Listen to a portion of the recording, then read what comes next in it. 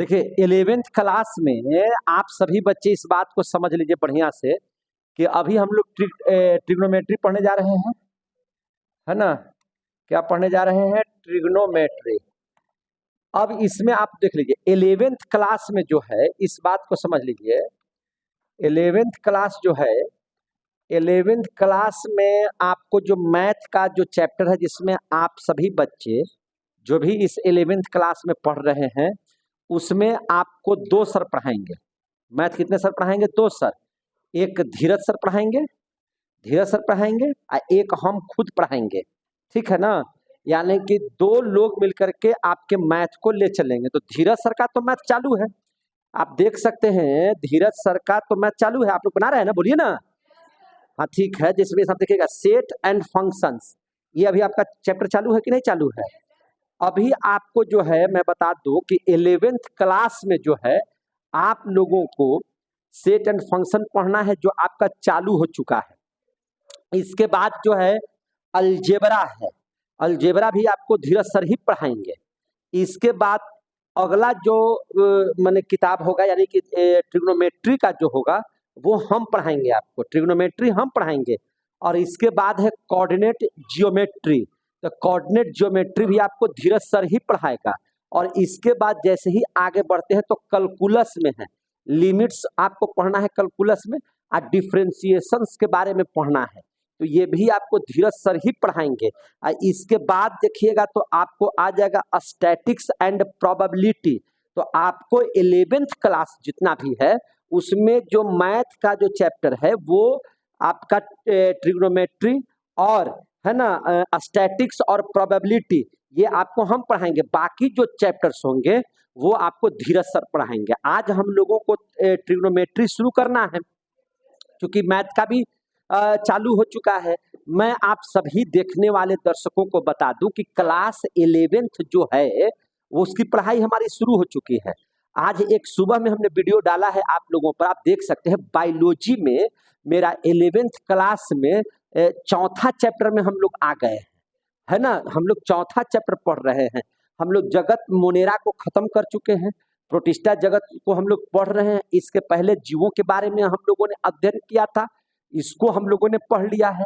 आपका केमिस्ट्री में भी केमिस्ट्री की जो अवधारणाएं हैं, ये भी आप लोगों की जो पहला जो चैप्टर है उसकी पढ़ाई हो चुकी है। अब सेकेंड चैप्टर में है। फिजिक्स में भी आप यूनिट एंड डायमेंशन वगैरह का पढ़ रहे हैं, और मैथ भी आपका चालू ही है, मैथ में भी आपकी पढ़ाई हो ही रही है। साथ ही हम आप सभी लोगों को बता दें कि 11th क्लास में खुद जिनका कोचिंग है, जिनके डायरेक्टर केएन सिंह हैं, वो खुद ही इंग्लिश का एक चैप्टर आप लोगों को पढ़ाए हैं ना। तो एक चैप्टर जो आप लोगों की पढ़ाई हुई है तो अभी पढ़ाए हैं, उसमें लिखवाए भी हैं, सिर्फ अभी पढ़ाए हैं, यानी कि उसका क्वेश्चन आंसर नहीं कराया गया। जो किताब होता है ना, ग्रामर तो अलग चल रहा है, ग्रामर में तो अभी आप लोगों का नरेशन वगैरह चल रहा है ना। मैं बता दूं कि इंग्लिश में भी आपका जो नॉमिनली जो टेंस होता है उसको समाप्त कर दिया गया है, वॉइस को समाप्त कर दिया गया है। इसके बाद आपको आर्टिकल समाप्त कर दिए गए हैं, सेंटेंस समाप्त कर दिए गए हैं, सिंटैक्स समाप्त कर दिए गए हैं, और अभी आपका नरेशन भी आधा से ज्यादा हो चुका है कि नहीं? यही ना चल रहा है आप लोगों का पढ़ाई। हाँ, तो नरेशन की पढ़ाई अंग्रेजी में हो रही है। अब स्थिति ये है कि आप खुद सोचिए, मेरे जितने भी दर्शक हैं, कि 11th क्लास में जो बायोलॉजी लिए हुए हैं उनका चौथा चैप्टर चल रहा है, जो मैथ लिए हुए हैं उनका पहला चैप्टर समाप्त हो चुका है धीरज सर का, और बिट्टू सर का अब शुरू होने वाला है त्रिकोणमिति। तो यानी कि मैथ में भी आपका शुरू है, तो बायोलॉजी वाले बच्चे का भी पढ़ाई शुरू है और मैथ वाले बच्चे का भी पढ़ाई शुरू है। अब फिजिक्स केमिस्ट्री तो दोनों में कॉमन है, और बायोलॉजी जो लिए हुए हैं उनका एक्स्ट्रा मैथ भी है, तो मैथ भी पढ़ ले रहे हैं। और फिजिक्स में भी आपका यूनिट डायमेंशन जो चैप्टर है वो समाप्ति पर है, और केमिस्ट्री में हम लोग दूसरा चैप्टर में।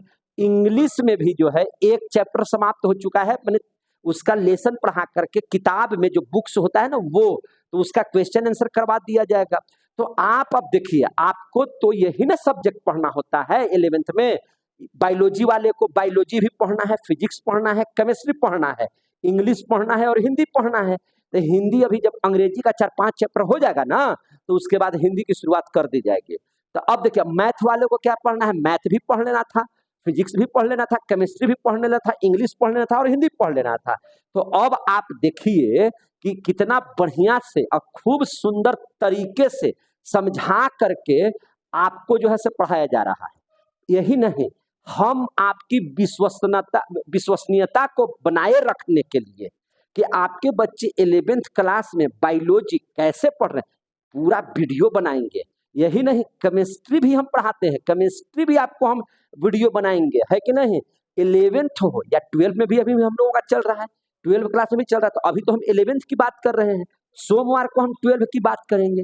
8, 9, 10 की बात नहीं करना है, 8, 9, 10 तो बच्चा खच्चा वाला हो गया पढ़ाई, तो इसको तो और बढ़िया से समझ लीजिए कि एकदम खूब बढ़िया से इसको पढ़ाएंगे। उसका तो पूरा थ्योरी मेरा खुद का लिखा हुआ सारा चीज है। तो अभी हम 11th की बात कर रहे हैं, तो math, physics, chemistry, Hindi, English, biology, सारे विषयों की आपकी पढ़ाई हो रही है और पूरे प्रमाण के साथ।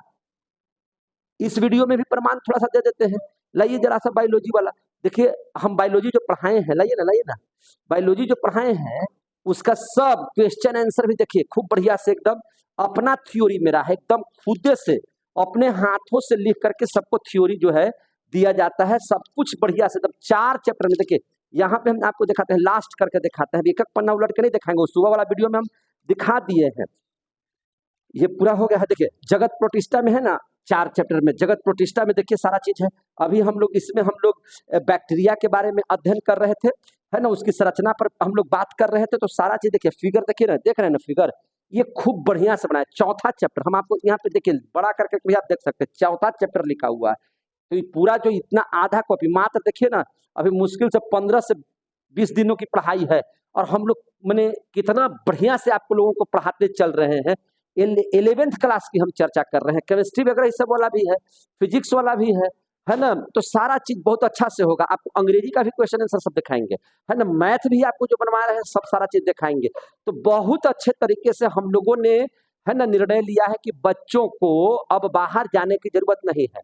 जिस बच्चे को अगर 11, 12 बहुत बढ़िया पढ़ना है तो आप एकदम ब्राइट करियर कोचिंग सेंटर में चले आइए, अपने भविष्य को गर्त में जाने से बचाइए और हम लोगों का साथ दीजिए, ताकि हम आपके भविष्य को बहुत अच्छे से संवार सके। क्योंकि जिंदगी ना मिलेगी दोबारा, याद रखिएगा, ये जिंदगी बहुत महत्वपूर्ण है, एक बार मिलता है। किसान के बच्चे हैं हम लोग, है ना, इसीलिए हम इस मैटर को समझते हुए हम चाहते हैं कि सबसे पहले बहुत अच्छे तरीके से पढ़ाई करके, और सबसे पहला है कि हम लोग जॉब की प्राप्ति कर ले।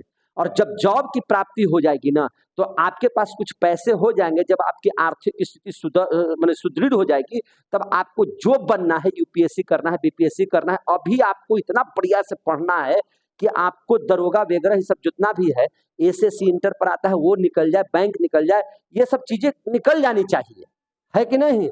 मैंने बेस आपका बहुत बेहतरीन हो जाना चाहिए। इसी सोच के साथ अगर मेरी सोच अच्छी लगती हो तो आप हमें सपोर्ट कीजिए ना, आप हमें सपोर्ट कीजिए। जलने वाले जलते रहते हैं, उसकी चिंता नहीं करनी है ना। आप जो भी हैं हमारी बात को सत्य मानते हैं, तो आप आइए, जुड़िए, और बहुत बारीकी से जब आपके भी बच्चे फेयर करके जाएंगे, नोट्स बना करके जाएंगे, जब आप देखिएगा तो आपको भी दिल को सुकून मिलेगा कि हम बहुत कम फीस में हम इतनी सुंदर पढ़ाई गोह में रह करके अगर पढ़ रहे हैं, तो ये काबिले तारीफ है। आपको हम समझाने का प्रयास कर रहे हैं, समझिए।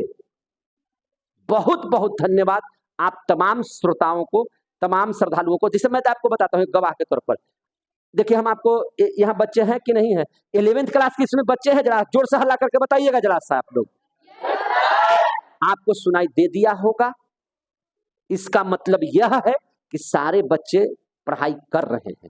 तो आइए, मिलिए, जुड़िए, हम लोग फिर से मिलेंगे मंडे के दिन, है ना। आपको हम 12 क्लास के लेकर के आएंगे, इसी तरह से 10 का, 8 का, 9 का सबका लेकर के आएंगे कि हम क्या पढ़ा रहे हैं। तब फिर आगे क्लास में मिलेंगे, तब तक के लिए जय हिंद, जय भारत।